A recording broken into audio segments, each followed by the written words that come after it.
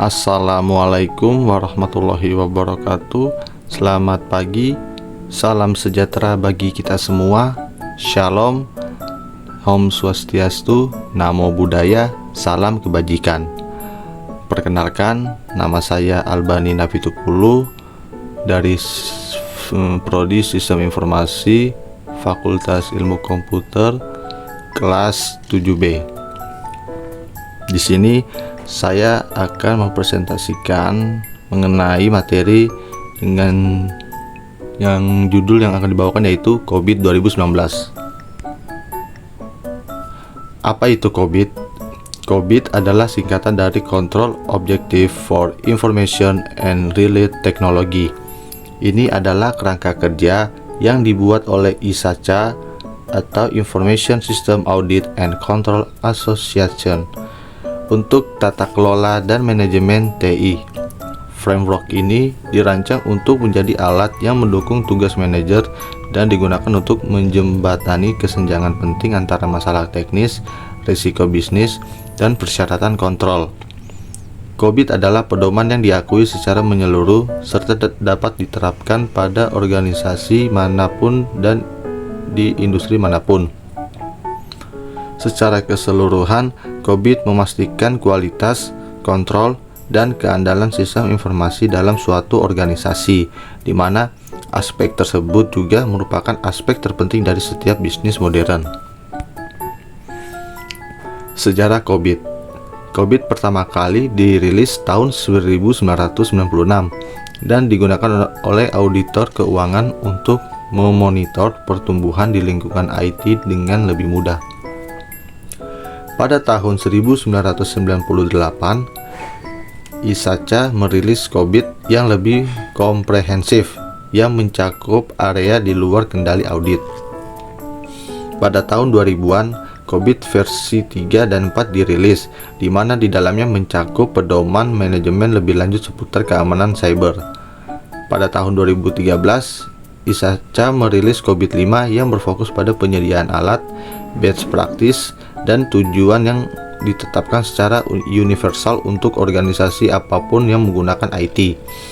COVID 5 merupakan pembaruan dari COVID 4 dengan mengintegrasikan standar dari ISO atau International Organization for Standardization termasuk ITIL atau IT Infrastructure Library.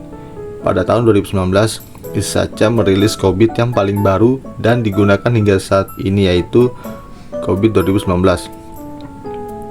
COVID 2019 merupakan kerangka kerja yang lebih umum, komprehensif, dan fleksibel. COVID 2019 dapat digunakan oleh semua perusahaan terlepas dari ukuran atau tujuan jangka pendeknya. COVID 2019 juga lebih baik untuk mengatasi perubahan teknologi yang cepat dan dirancang untuk berkembang dengan pembaruan yang lebih sering. Manfaat COVID.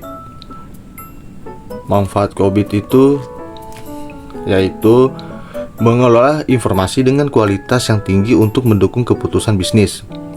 Berikut mencapai tujuan strategi dan manfaat bisnis melalui pemakaian TI secara efektif dan inovatif.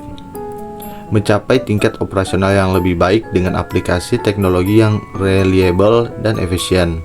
Lalu, mengelola risiko terkait TI yang pada tingkatan yang dapat diterima. Yang berikut, mengoptimalkan biaya dari layanan dan teknologi TI. Lalu, mendukung kepatuhan pada hukum, peraturan, perjanjian kontrak, dan kebijakan. Prinsip COVID. Prinsip untuk sistem tata kelola. Provide stakeholder value. Setiap perusahaan membutuhkan sistem tata kelola untuk memenuhi kebutuhan pemangku kepentingan dan untuk menghasilkan nilai dari penggunaan IT. Holistic approach. Sistem tata kelola untuk perusahaan I dan T dibangun dari sejumlah komponen yang dapat dari berbagai jenis dan yang bekerja sama secara holistik. Dynamic governance system. Sistem tata kelola harus dinamis.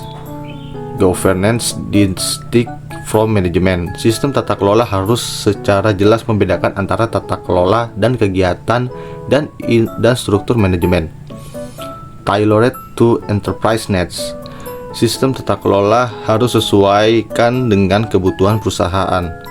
End-to-end governance system. Sistem tata kelola harus mencakup perusahaan ujung ke ujung. Prinsip untuk kerangka kerja tata kelola. Based on conceptual model. Kerangka kerja tata kelola harus didasarkan pada model konseptual, mengidentifikasi komponen utama dan hubungan antar komponen untuk memaksimalkan konsistensi dan memungkinkan otomatisasi. Yang berikut, open and flexible. Kerangka kerja tata kelola harus terbuka dan fleksibel. Itu harus memungkinkan penambahan konten baru dan kemampuan untuk mengatasi masalah baru dengan cara yang paling fleksibel sambil mempertahankan integritas dan konsistensi. Yang berikut, alignment to major standards. Kerangka kerja tata kelola harus sejalan dengan standar kerangka kerja dan peraturan terkait yang relevan. Yang berikut adalah komponen sistem tata kelola. Komponen sistem tata kelola. Yang pertama ada proses, yaitu menggambarkan serangkaian praktik dan kegiatan terorganisir untuk mencapai tujuan tertentu dan menghasilkan serangkaian output yang mendukung pencapaian tujuan terkait TI secara keseluruhan. Yang kedua, struktur organisasi.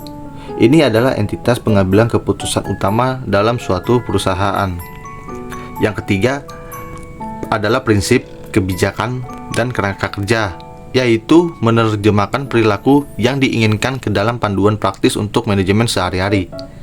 Yang keempat, informasi, yaitu menyebar ke seluruh organisasi dan termasuk semua informasi yang diproduksi dan digunakan oleh perusahaan. COBIT berfokus pada informasi yang diperlukan untuk berfungsinya sistem tata kelola perusahaan secara efektif. Yang kelima adalah budaya, etika, dan perilaku individu. Dari perusahaan sering dianggap remeh sebagai faktor dalam keberhasilan kegiatan tata kelola dan manajemen. Yang keenam, orang, keterampilan, dan kompetensi.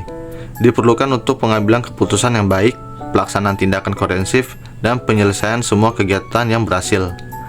Yang ketujuh, layanan, infrastruktur, dan aplikasi termasuk infrastruktur, teknologi, dan aplikasi yang menyediakan sistem tata kelola bagi perusahaan untuk pemrosesan I dan T. Area fokus. Area fokus adalah bagian dari iterasi COBIT baru. Ini menggambarkan topik dan isu tata kelola yang dapat diatasi oleh tujuan manajemen atau tata kelola. Beberapa contoh dari area ini termasuk usaha kecil dan menengah, cybersecurity, dan cloud computing. Jumlah area fokus hampir tidak terbatas. Itulah yang membuat COBIT terbuka. Area fokus baru dapat ditambahkan sesuai kebutuhan atau sebagai kontribusi ahli dan praktisi materi pelajaran untuk model COBIT terbuka.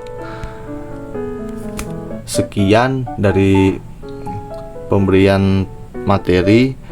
Mohon maaf bila ada salah kata. Wassalamualaikum warahmatullahi wabarakatuh. Terima kasih.